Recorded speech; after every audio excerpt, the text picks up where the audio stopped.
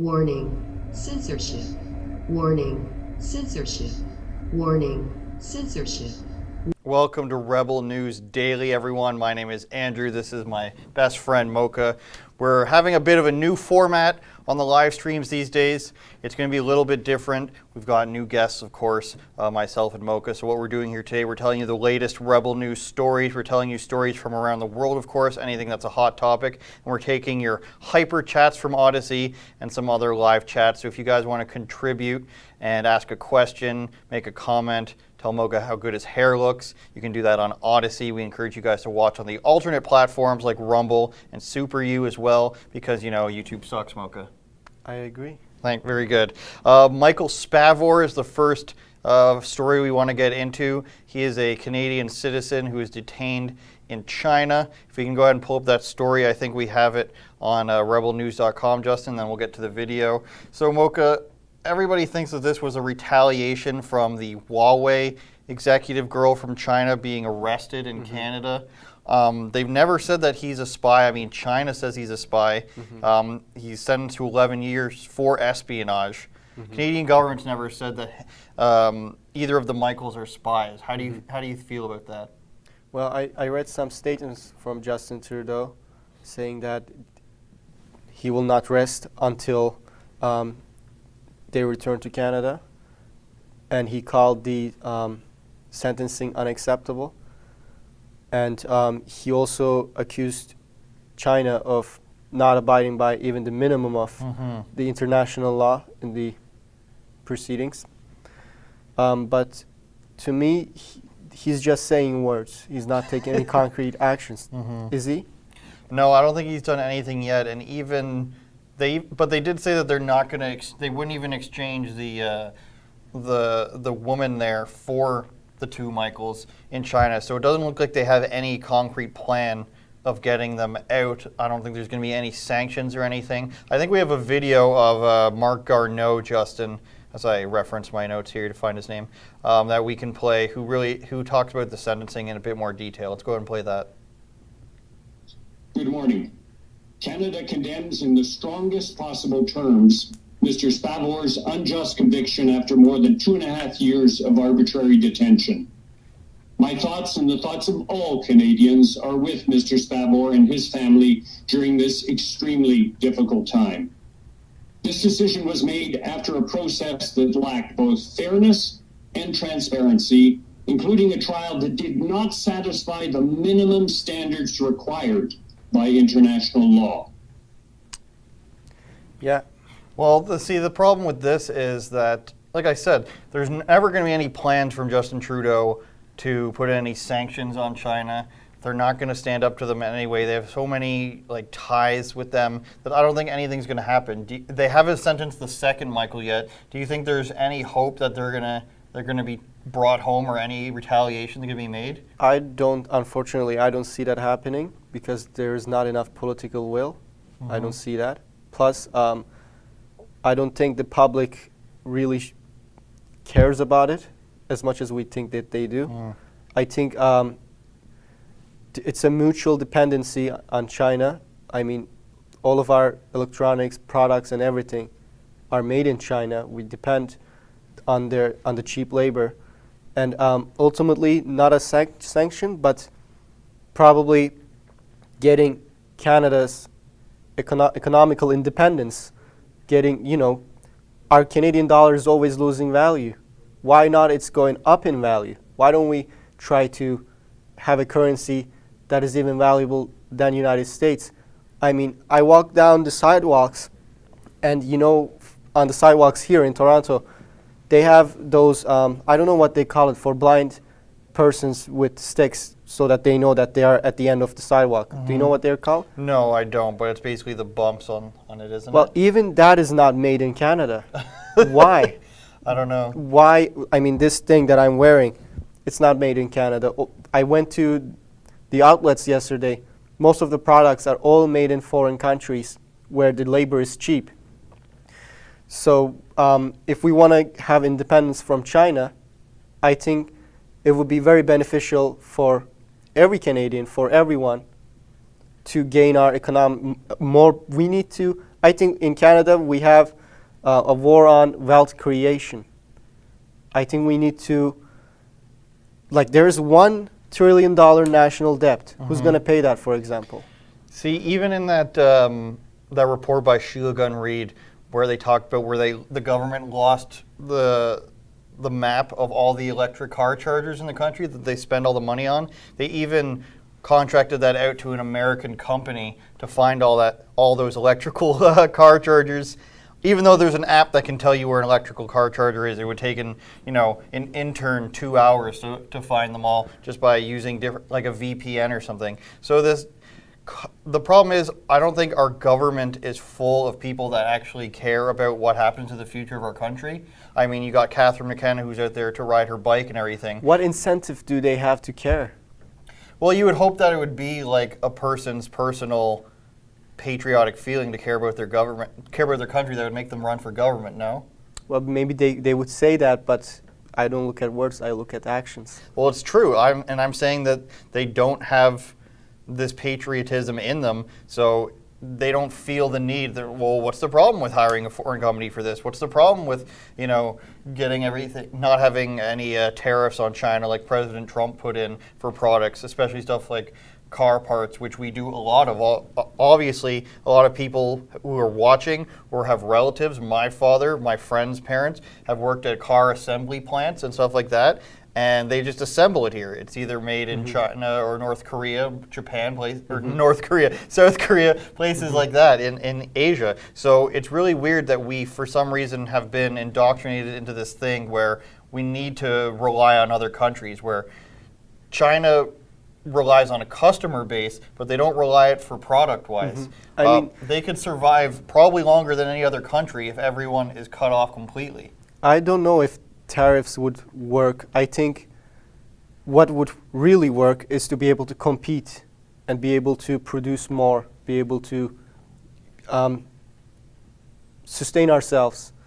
And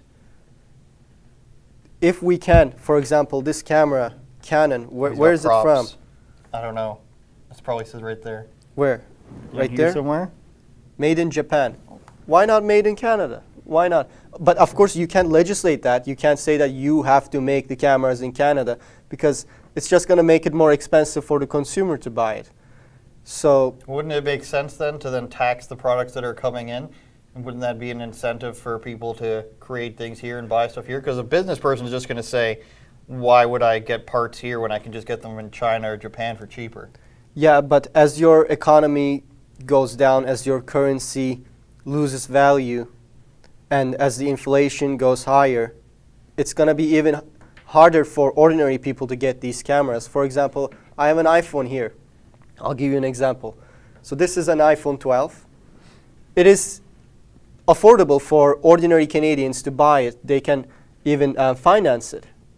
But this phone is off limits for someone, for example, an ordinary person in Turkey who is working 7 days a week and 12 hours a day.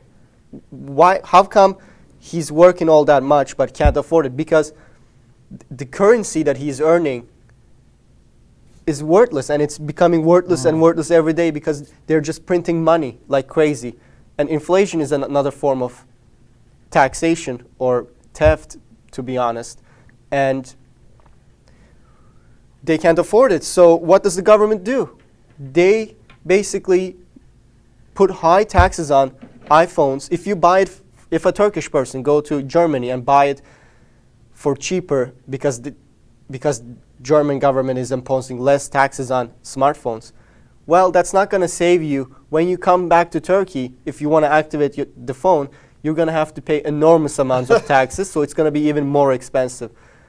So what does that create? Well, it basically makes it impossible for ordinary people, ordinary working people, to buy these products, and it only makes it accessible to the upper class and rich people.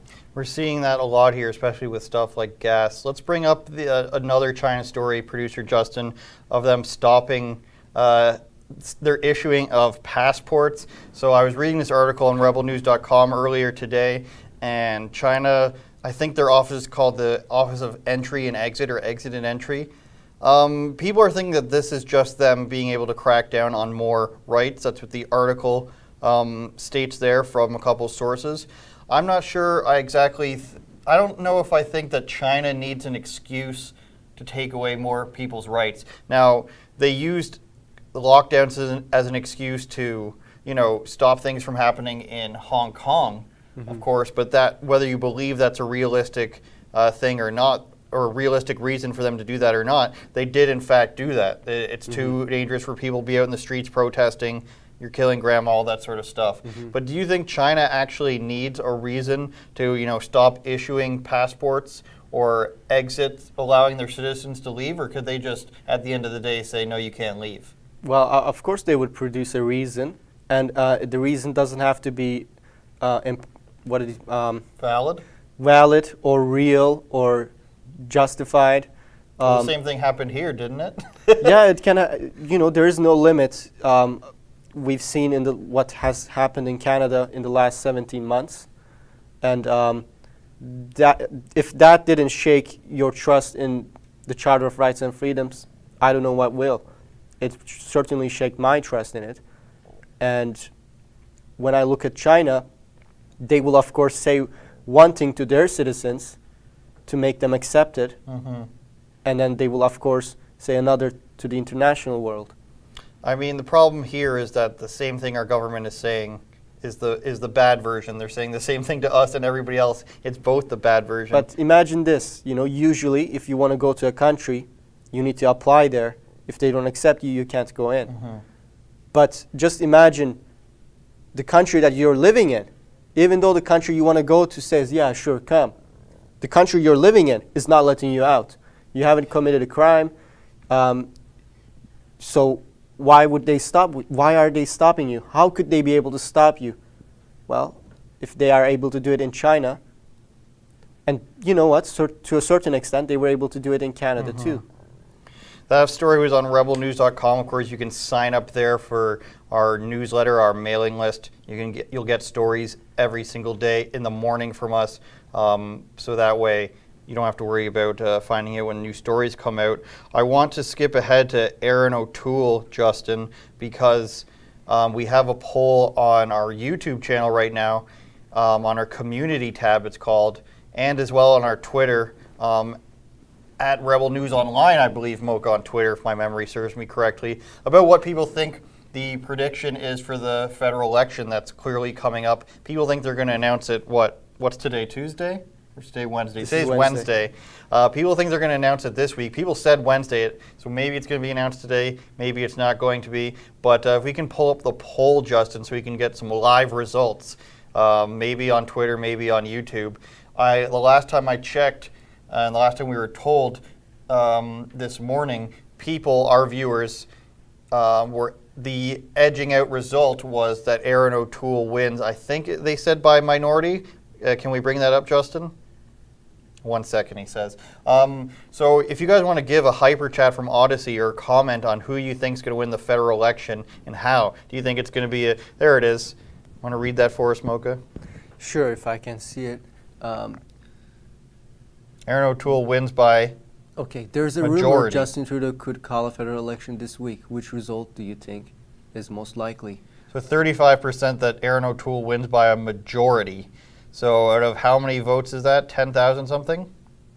Yeah, it seems so. So yeah. 3,500 out of 10,000 people think that Aaron O'Toole wins by a majority. Why would he win by a majority? I'm not sure where that's coming from. They lost the last election. I think people are banking on, people are so upset with the lockdowns that that Trudeau's gonna lose all these votes. I don't think many people are upset about it. Exactly. If you go around the streets of Toronto, and I know Toronto doesn't represent the rest of the province, a lot of people support the lockdowns. Now, Yeah. not as many people support vaccine passports as they do the lockdowns, but people, they think lockdowns, at least in the way that we've done them, where it seems to be coming to an end, Mocha, was the right thing to do. I think you'd have more people disagreeing with it if it was something like Australia or China, which is almost the same at this point. But I think this isn't, in my opinion, an overestimation of how many people are going to leave Trudeau to vote for O'Toole, because there hasn't been much of a difference. Aaron O'Toole hasn't come out against the censorship bill. Aaron O'Toole puts out things that I love to reference, like don't be biphobic. Aaron O'Toole, and we're going to get to a video, he's worried about the fourth wave coming, in my opinion, because he doesn't want the election to happen because he knows he's going to lose. I think the Conservative Party will lose more people to the People's Party and to, whatever random parties that are out there that you can vote for, because nobody believes in their authenticity anymore. You look at Michelle Rempel-Garner, who's all about, male whiteness and all this stuff, and she's supposed to be from out west, the more conservative place. I retweeted something earlier today. There's a Twitter for you, Mocha. Trudeau, so the Twitter audience is for Trudeau minority. Looks like we voted for that, for the top result there. But I think because it's not on our YouTube page, you get more of a little bit of a wider audience on Twitter. So I would have to agree with that one. I think Trudeau does lose some votes, but I think O'Toole loses votes as well. And I think that you'd have to not be paying attention to the Conservatives to be more of a Conservative Party supporter in these last, let's say a year.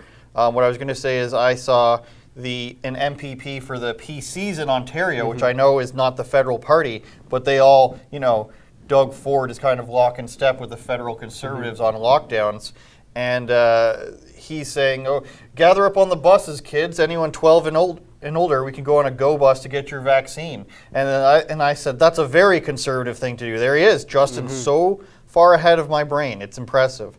Here's your mascot, kids. We're going to give you a lollipop, and there's going to be a homeless man on the bus. When did the age of consent came down to 12, by the way? See, I believe the 12-year-old, it borrows itself from a law, which means you can give an emergency medical procedure to somebody who's 12 or over without their consent.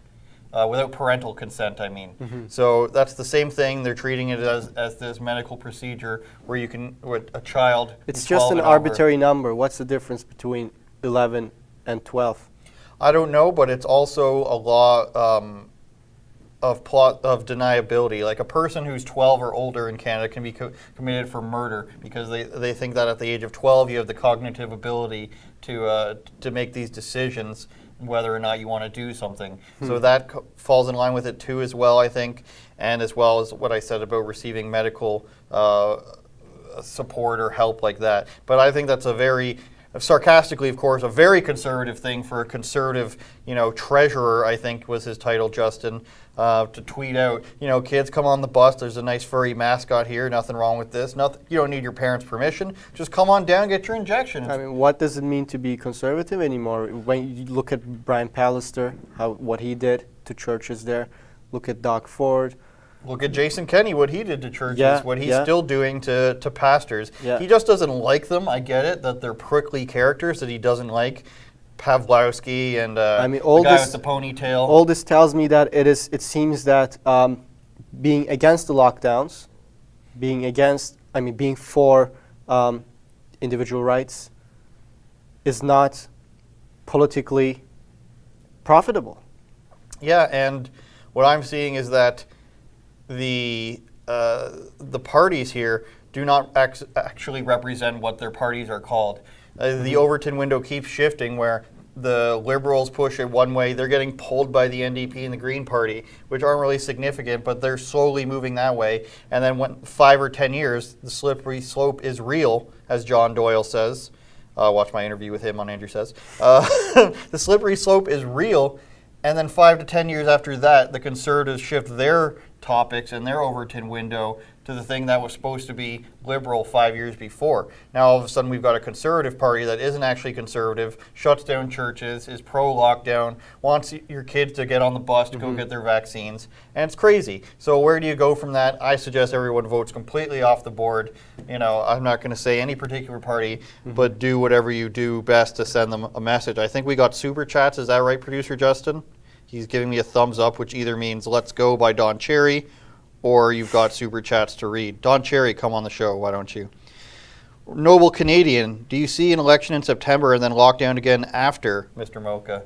I'm sorry? Do you think there's going to be an election in September and then another lockdown if the Liberals win, I assume?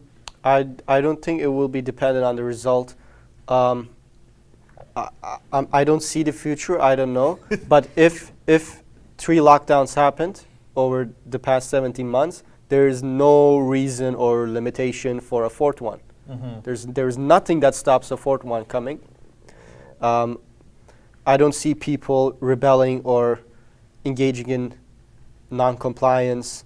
I think most people are going to accept another lockdown if the government decides to impose it. Got a compliment here for you on Super U. Mikaja, or if I'm being, I think I'm being smart, Mikaha, says, Mocha, the young, new, intelligent rebel. Oh, thank you. You're both young and intelligent. Well, not that thank new you. anymore. You're not the newest. Yeah, it's been Hyper like 1 Chat year. from History Club World, I recognize that name. In order for Canada to start getting its independence, we need to change our values from a third-rate country with its place in the world. Third-rate country good with its place in the world, to it intending to regain the image of Canada from WW2 and World War I. Now, what I see from that is the Liberal government and the Conservative government who don't want to lower the immigration numbers, which is something like 350,000, I believe, and growing, even though 2/3 of the country says they would like a halt or reduction of the numbers from immigration.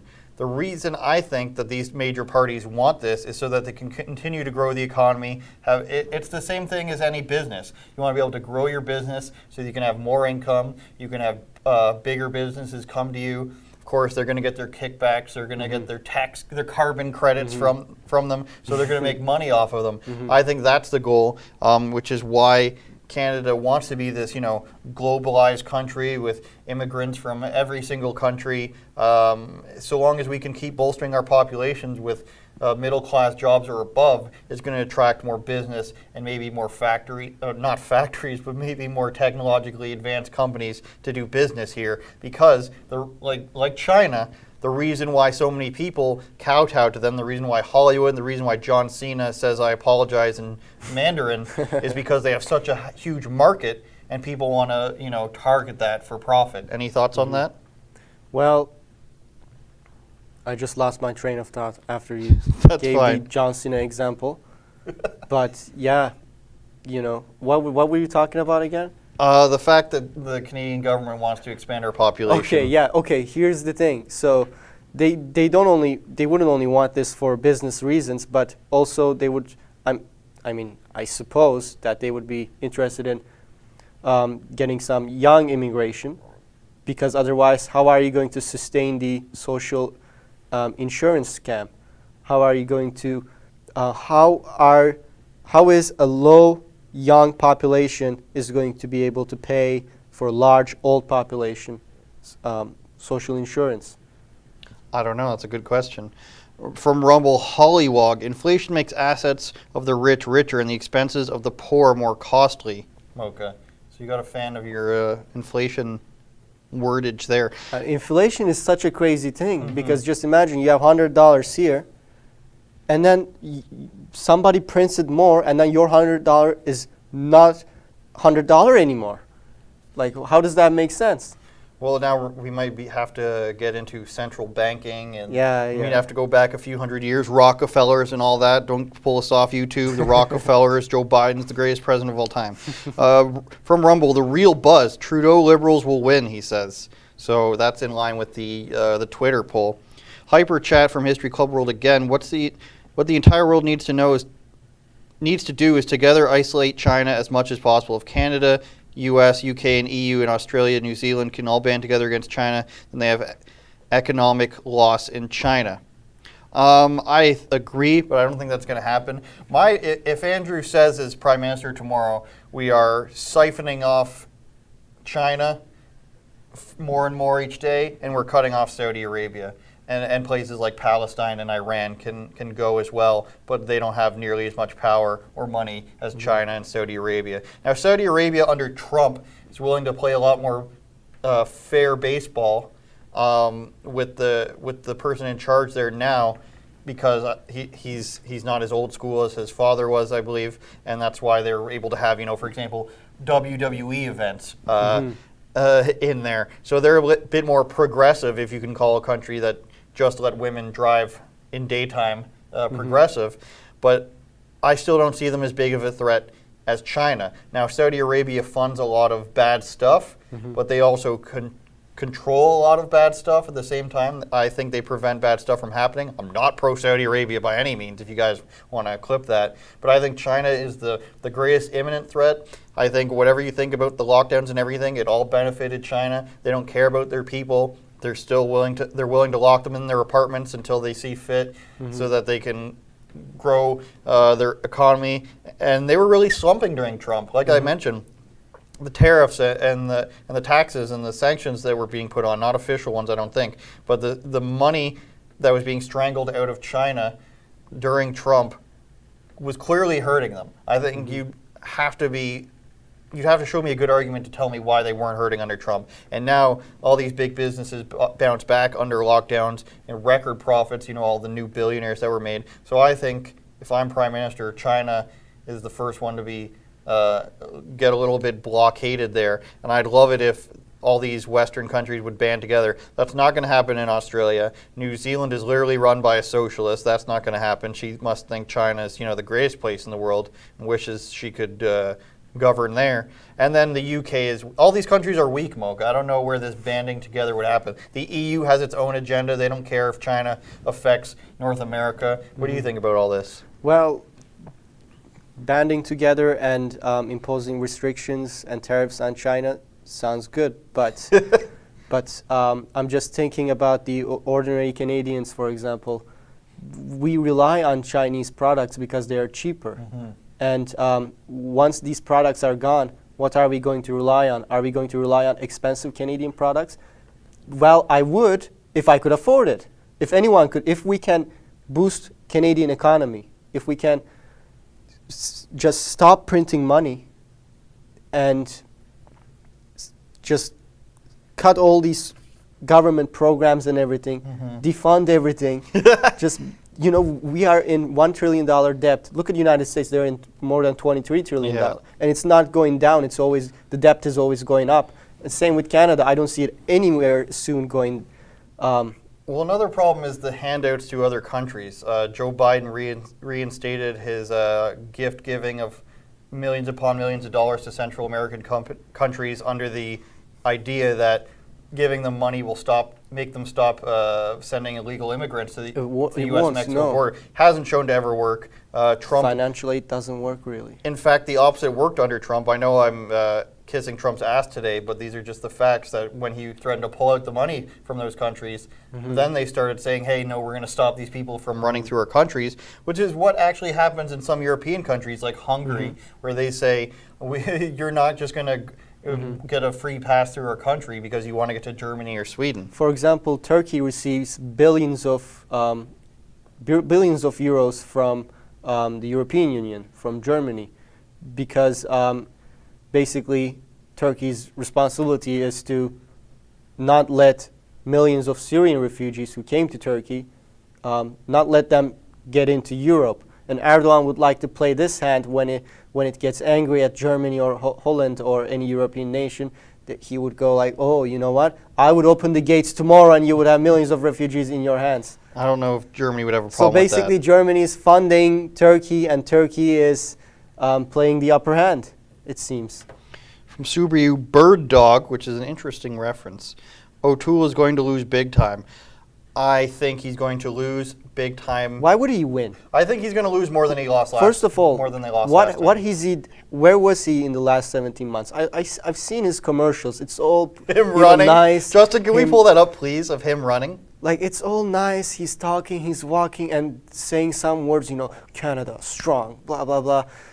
But I don't see any intelligent thing coming out of his mouth compared to the MP Poilievre.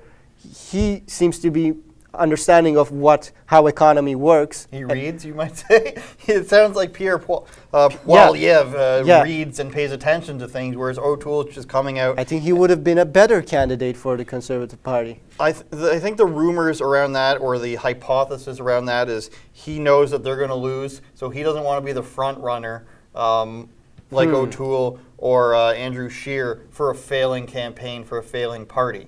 I mean, I don't see any other reason and we can get to this too now, Justin. Aaron O'Toole being worried about the fourth wave. Aaron O'Toole's worried. Jagmeet Singh's worried because Jagmeet's got 3 losses under his belt already.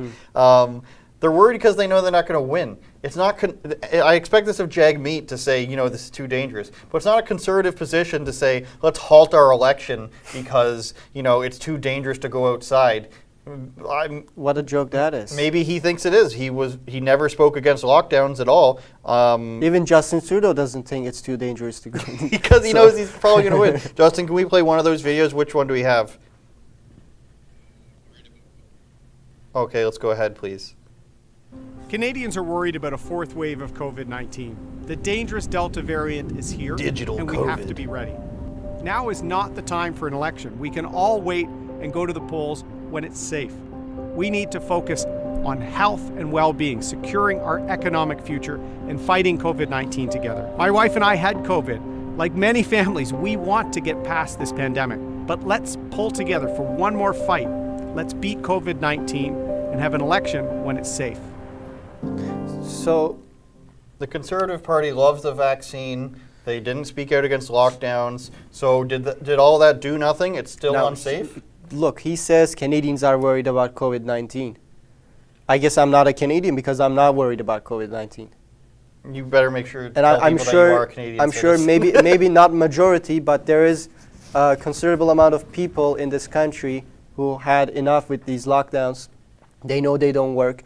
There's nobody either in politics or in media or as institutions that are trying to stop what has been happening in the last 17 months, maybe other than us, Rebel News, but shout out to True North as seriously, yes, seriously though, he's talking about fighting COVID-19 and securing our future. Now, what does that mean? That doesn't mean anything. That's just words. These video clips. You're not going to gain any votes by shooting these short clips. They're not going to get you anything because you're not explaining anything. There's nothing sophisticated being presented. How are you going to fight COVID-19 and secure our economic future? How is that going to happen? Are you going to impose, because Canadians, if we're going to talk about majority, and if the majority is Canadians and minority is not, then by the same logic, you could say, yeah, Canadians are worried about a 4th wave. So are you going to enforce a 4th wave? How are you going to enforce a 4th wave, shutting down the whole economy and secure our economic future? That just seems impossible to me, or too dangerous to try. Well, Aaron O'Toole seems to me like a politician from the pre-Trump era, where you can get on stage, everybody expects you to talk nonsense and do this and give Barack Obama thumbs and everything, and yes, we can. And then you just have to be like, oh, the Conservatives are voting for the Conservatives, Liberals voting for the Liberals. There's going to be a few dozen thousand swing votes. But this isn't the world anymore. Like you said, Pierre Poilievre is popular because he goes out there, he has a real opinion. He's more sophisticated. He's willing to have conversations. It's the same thing that Joe Rogan says about, conversations. Joe Rogan's podcast is watched or listened to by millions of people each week because it's not just short clips of people giving talking points. Mm-hmm. It's long conversations. Exactly. And people can go on Joe Rogan and become immediately more popular because they see that they're a real person. Mm-hmm. When Jack Dorsey from Twitter came on Joe Rogan with his sideling there, his lawyer, they didn't become more popular because in a long form discussion format they get exposed. And if Aaron O'Toole has to speak for more than 5 minutes, he's going to get exposed because I'm going to ask him about vaccines, I'm going to ask him about lockdowns, I'm going to ask him about biphobia, I'm going to ask him all these questions that he's going to have to run away from because he never actually has to talk about them. Mocha Bezirgan. And he's not going to say anything that is politically not popular or acceptable. profitable. Yeah, exactly. I think we had another super chat there.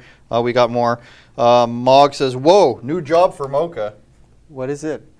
I don't know, I guess this. Oh, live stream? Okay. Lynn D gives a hyper chat. I think we need to kick out of the country all the private banks. We don't need them.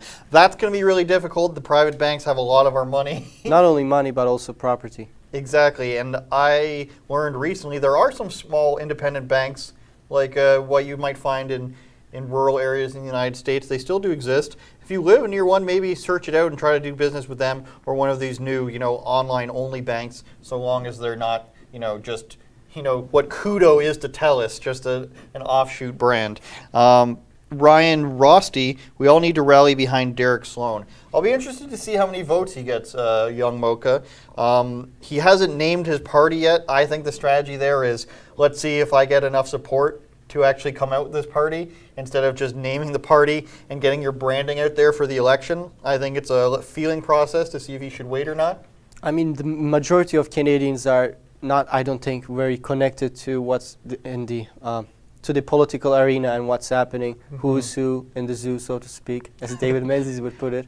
He's really gotten to you, that David Menzies. Really, most people, they don't really operate on, they don't really look at things. Like a day-to-day checking into politics? Yeah, that's why Aaron O'Toole's, for example, commercial is just talking points, because he knows he doesn't need to say anything sophisticated. Same with any other party, Justin Trudeau. They don't have to, they don't really come up with a real plan or something tangible, something that makes sense. It's just like talking points, fighting against COVID. That's not a real plan or anything. They recently took their China policy off their campaign website. A friend of mine who likes Aaron O'Toole says he's going to vote for him. Actually, is the one pointed this out. I thought it was big of him to admit this, because me and writer Dave back there were telling him for months that he's not going to do this stuff to China. He talked big. He's going to fight against China. He's going to do this and that. And I always go with the Obama thumbs. We're going to do bad. We're going to do things against China. But no, they took it off their website. They don't have a plan to be tough on China. I'm sorry to tell you. Once you become the leader of Canada, you can't be tough on China as it is right now. What I'm very interested in is if any party or any candidate has any tangible plan for the economy, because it's not going in a good direction. And if this continues for another 50 years or so, we're in a tough place. Why are we always going down? Why is our money always losing value? Why it's not going up in value? Why not, as I said earlier, why not pass the United States dollars, like we did 10 years ago? I don't have the answer for you. Why unless not, you vote for me for Prime Minister. Why don't things get cheaper? Why don't we get richer? I think this is possible. This could happen. I'm not talking about socialism or communism. I'm just talking about stop inflating our money and stop taxing us to death and stop giving favoritisms to certain companies, certain industries, and banning certain industries. I agree with that. Like carbon tax credits. And building the new electric plant in Ontario during a lockdown, Doug Ford. I want to get to Adam Sosa's Edmonton Eskimo story, because those stories are popular with their Canadian audience, but I also want to show the Rebel News store producer, JT. If you can go ahead and bring that up. I know you're a big fan of the Rebel News Bitcoin shirt. Yes, I'm a big fan true. of the Back to the Future shirt. I have that too, that lady's wearing there. Nice. Or a beanie, if you call it that somewhere else, you guys, a beanie. Use promo code Andrew10 at checkout if you want 10% off. That's a special bonus for you guys on the live stream. Andrew10. That's the shirt that Mocha makes fun of me for wearing. Perhaps he doesn't get the Back to the... Have you seen Back to the Future? I didn't watch the full movie. There's 3 of them, Mocha. I suggest at least watching the first 2. Yeah, these are nice products. Stars in His Eyes of Justin Trudeau is a popular one. There are a lot of different varieties here. Shirtless David Menzies, of course. Where's one of David Menzies? David actually has a campaign. If he sees anyone wearing that shirt, he's going to give them $100 bill, yes. If you buy that shirt and you're in the GTA and you know where David Menzies is going to be, if you wear that shirt in front of him, he's going to give you $100 in cold hard cash. David Menzies doesn't... He's one of these gentlemen, I'll call him, who carries around... I'm going to get him mugged. He carries around wads of cash, everybody. No, but he believes in paper money He may not pay you when he loses a bet to myself or Justin. Justin's got a theory where anytime David Menzies is betting on something, he bets against him. And I believe his ratio of winning is 75%, or 4-1, I guess you could say. And it worked on the Super Bowl last year. I won $20 off of David Menzies. Don't know how you bet against Tom Brady. But rebelnewsstore.com, the 1984 shirt is also nice. The one on the right there is a popular shirt as well. And this beautiful bearded man who's hawking it for us. So Andrew 10 at checkout, you guys, if you want 10% off. And I believe it's free shipping in Canada. I don't know if I have a campaign promo code, but we need store designer, if you're listening, maybe marketing guru Alex is listening, just a silhouette of Mocha's afro, and then something like about taxation, or the Bill of Rights is just paper. What? I have not said or that. Not the Bill of Rights, the Constitution. I have not said that in public ever. Oh, I mentioned it last week anyway, so don't matter. All right then. Don't worry, it's my opinion too. RebelNewsStore.com, and if we want to jump over to Rebel News Plus, Justin Terry, we can see what we have there. We've got podcasts, we've got 4 shows, we've got Andrew Says, of course, is, in my opinion, the best one. Ezra Levant Show, which is actually the most popular one. Sheila Gunn Reid, The Gun Show. Of course, she's covering all the stories you want out west, and all the stuff pertaining to the freedom of information requests, as they call them, I like or Rebel A-tips Roundup in Canada. Rebel Roundup is the zany David Menzies, performance of the week. I listen to him while I play Call of Duty on Xbox. And you can listen to all these on Spotify, by the way. So if you're not getting around to watching these on rebelnewsplus.com, which is just $8 a month, you guys, you can listen on Spotify Premium because you pay for that. And I'm on there. It's all on there. My latest episode was with, who knows, last week. It was with Melissa Tate, actually. It's worth it, folks. And it was about a lot of stuff, critical race theory, voter ID, all that wonderful stuff.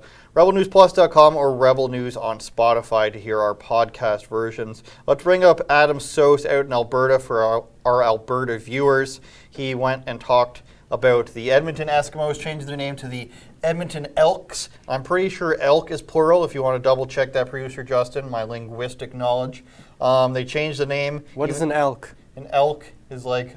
It's Excuse not a my moose. ignorance, but... It's English is a second language, you guys. Elk is not a moose. It's not a deer. It's closer to a reindeer, I would say. Big antlers, stuff like that. I'm not sure how native elks are to the region of Edmonton. My favorite animal is red deer. Red deer is probably one of the most freedom-loving places in the country. I'm talking about the animal. I know what you're saying. Okay. But it's an Alberta joke, I guess. Yeah, I've been to Red Deer. It's a good place. So nobody wanted the name to be changed. The Edmonton Eskimos met with the native band when they came up with the name. They do charity with them every single year with Inuit communities. And it's just crazy that even though people overwhelmingly didn't want the name to be changed, the excuses that I'm hearing are that they'd rather not deal with the headache of people calling them racist every year, so they decided to change the name. Producer Justin, can we roll the footage on our 4mm camera? What do you think about the name change? Oh yeah, you're not a fan of the new name? No? Well, it's interesting, because I don't know if you know, but just like a year ago, they met with Inuit communities, and they actually said they liked it, and they'd like to be more involved, and now they're flipping the script. What don't you like about it? I just don't like the whole process. Like, they sent us a list of the names, and then they go with a different name. I would have, like, if they wanted to change the name, just leave it Edmonton Football Club. Like, Elks, what's Elks? Like, I don't understand. What do you think about the name change? You're representing the Eskimos gear right now. What do you make of the new name? Well, the thing about it is, it doesn't matter what you call a team, but you are losing that 70 years of tradition, so it's really hard to say, but it is what it is, so can't really, got to pick and choose your battles, I guess. I really would like Eskimos, but the Elks is fine. I'm okay with that, and happy that the CFL's on today. And then they should have kept the name Eskimos, because it's been Eskimos for how long? Since the 70s now, 60s, yeah. It was definitely a lot of society pressure. Yeah. It takes a lot of resources to be able to get out there and tell the other side of the story. Unlike the CBC, we don't take money from you against your will. We rely on your voluntary donations in this great free country to help us out. If you do want to help us, go to rebelfieldreports.com and chip in. I think it's good. I'm sorry that they've had to get rid of the old name. I felt it was supporting the Eskimos and the Inuit people. However, the team didn't want to be in the place every year where some people are whining and complaining about it. So I think Elks is a good choice. It's one of those things where you know, it's 2021. It's you know, there's going to be things that maybe we agree with or disagree with. At the end of the day, I feel like they really, if you're going to rebrand, they hit it really out of the park, and I can't be any happier than being outside and going to an Elks game. As you can no doubt see, the vaccine lineup is absolutely out of control here. We can see so many people lining up to receive this. It's great that the Edmonton Elks have the vaccine truck here just to meet this incredible demand. Wonderful. So it looks like you guys have bought in. What do you make of, you're rocking some Eskimos gear, you've got the elk antlers. What do you make of the new name? It got tough to get used to, but the logo did it for me. Yeah. They did really well on that, and they kept the ease. So, I don't know. Just adapt, man. I'm glad it got more fans, I think. The team store was nuts. Yeah. I've never seen a team store busy, so that was cool. And for you as a legacy member, no doubt you got used to the Eskimos name. What do you make of all this? Totally. I'm having trouble with the Elks, but I'm okay with the EE still. As long as we keep that, we still That got something. logo? Yeah, exactly. I would say that everybody gets triggered by something all these days. That was the thing that hurt me, was that, they did all the interviews and it could have stayed the same, but some people weren't happy about it, so I guess that's the tough part. Yeah. You're from Rebel News. That's right. This will be controversial. All right. How's it going? How long have you been a fan of the team here? Well, they've only been a team for one game. Who, the Eskimos? Sure, either way. Probably 50 years. Well, since you brought it up, then what do you make of the new team name? Well, I guess we have to live with it, but we don't like it because we're once an Eskimo, always an Eskimo. Well, I know we saw even February of last year, they did extensive consultation with Inuit communities, and they said they'd like a little more integration and cooperation, but the team then said we're not going to change the name because the Inuit community doesn't want us to. What do you make of the change? Well, we all said we wanted the Eskimos, and we feel they didn't listen to us. So I thought even Edmonton Empire would have been better than the Elks. But an elk is good tasting meat, so. I'm not sure. I think what I heard, the feedback, there was mixed feedback. Okay. I understand the majority of Inuit people were in favor of keeping the name, but even if there's a small minority that aren't in favor of it, we need to respect that, and that's what they've done. It's the right move, I think so. It's okay. I don't know. I don't know much about that. I don't know much what's about all the politics that changed the name, but whatever. We still have a football team here, and that's what I like. You want people to think you're an alcoholic, wear a shirt that says vodka is happy water. Shout out to that guy. I don't know how you feel about this, Mocha. I think it was just, like I said, the idea is, why deal with this every year of people complaining? Surely the pressure will mount each year and just get it over with right away. But it still kind of throws their fans under the bus, doesn't it? Well, it also shows the submissiveness of these companies and these clubs, because it's not the first or the only club that changed its name. And David Menzies did a video on this too in Ontario, and for one of his videos I was the camera person, and many people didn't care that that their name had, their original name. They didn't get offended by it. I mean, what's next? Are we going to change the name of Big Turk chocolate bar at the convenience store? It's a terrible candy bar. It's stretchy. It's sticky. Gets in your teeth a lot. I actually hate it. I don't know why. Is it a product of Turkey? No, it's not. Okay, well then that's cultural appropriation. I bought it once because I'm like, wow, what is this? We don't even have it in Turkey. I eat it and it's not even delicious. But I'm sure there's a minority out there who likes it, so I'm not gonna. You ever seen the movie The Midnight Express? No. Turkish prison in the 70s? What? David has always told me to watch it, but I seldom have the time to watch That's movies. Fair. Books and Tea says on Rumble, what about those vaccine passports Doug Ford is being pressured to do to avoid the fourth wave? Yeah, I've seen article about that where a business group is apparently pressuring Doc Ford to implement So they vaccine want fewer passport. customers. But I don't get it. Who is this business group? Who do they represent really? And Same as the science because I know business people, I know people who own restaurants in Toronto, and they are not in favor of vaccine passports. So are they not businesses?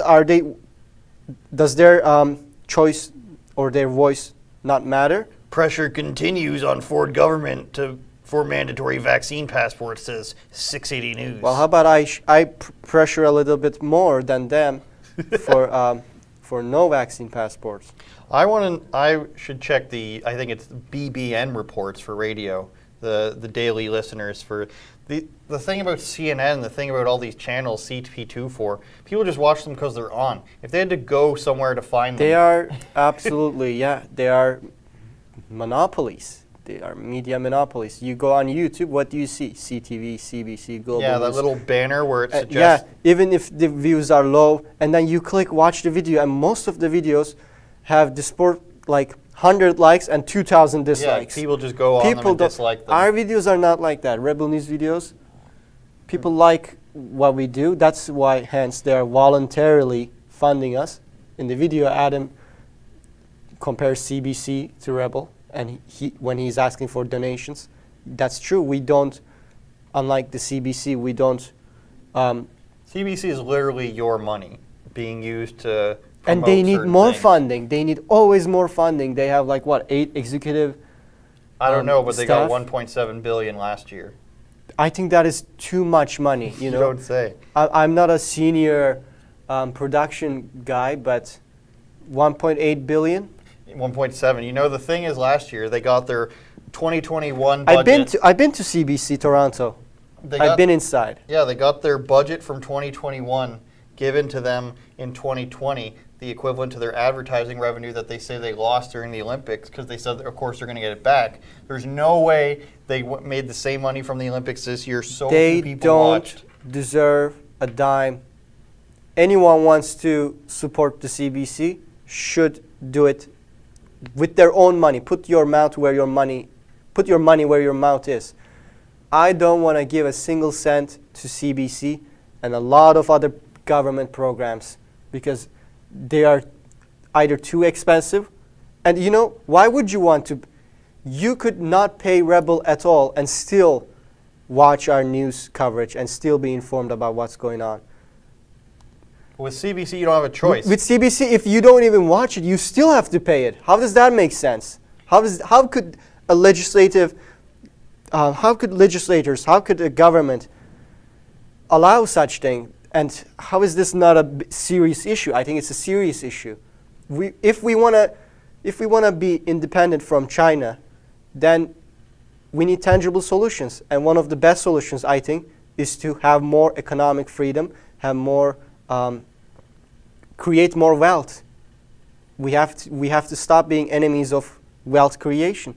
Even in the UK, I believe you can opt out of the BBC. So the Queen is not treating her subjects in Canada as equally as she's treating them there. We don't have a choice. We can't say, I don't like what the CBC is producing. Their shows are terrible, let's be honest, people. They don't have Don Cherry anymore. Why are you watching the CBC? I don't know. Maybe you like Little Mosque on the Prairie. I know people are going to tell me that they should watch Coronation Street on there. Maybe somebody wants that. You can watch that online if you'd like. There's no tangible reason I see that the CBC should get money from people all the way across the country and prorate their advertising revenue, which they're clearly not going to make back. You can fact check me on that, from the Olympics. But there's no reason why somebody who has opinions, they're not fair. I don't think anyone who even likes the CBC would say that they're completely unbiased. How can you tell me that you deserve to take my money to give to somebody that I don't support and to give to news coverage that goes against what I believe in? Cut that for Rebel News clips. For me, it's not that it goes against what I believe in or not, but I just don't want to consume CBC. So why am I funding it? Because it's, first of all, too expensive, and it doesn't deliver what it promises.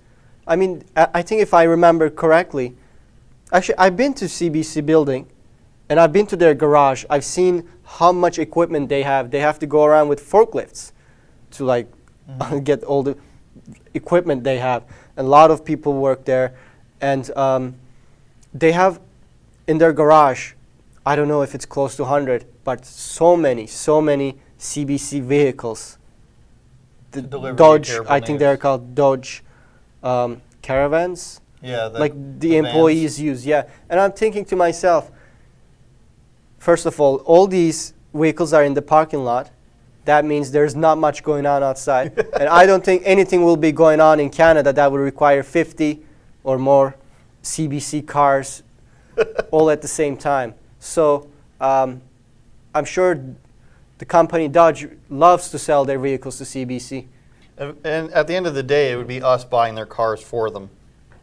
Let's bring up that Subway article from rebelnews.com, Justin, while I read one more super chat I think we have.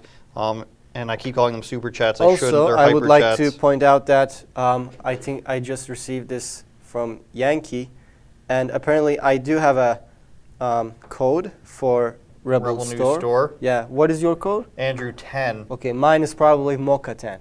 MOCHA Yes, 10 that's at correct. rebelnewsstore.com.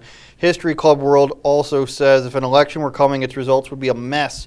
Trudeau would lose votes due to his general history. Green and NDP lose votes due to them being similar. Bloc will probably win big in Quebec. Conservatives lose votes as they are too far right for leftists and too far left for the voters of PBC. I think you're pretty accurate, History Club World. I don't know if conservatives are too far right for leftists. I think they think that, but I think they're actually pretty much the same as the Liberals, besides maybe being a little bit more I mean, the favorable. only difference is Justin Trudeau has 3 pictures of blackface. That's true. And Aaron O'Toole As far as I know, Aaron O'Toole only has, him running. From Super U Mog says, submissiveness, the new normal for many Canadians. This is very Unfortunately. true. Not So only- that last story on rebelnews.com, Justin, Subway franchises angered by woke U.S. soccer player ad campaign. So you guys should go ahead and read that.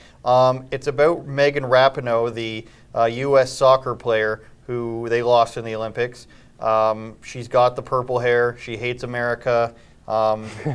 She goes on late night talk shows hating Trump and hating America. She kneels. Very brave of her. And Subway franchisees contacted headquarters in the United States, and they're saying, our ad campaign where you have this woman who hates America on it probably doesn't eat Subway sandwiches. She's making us look bad. It's too controversial for us. Why are you doing this? You're causing us to lose money.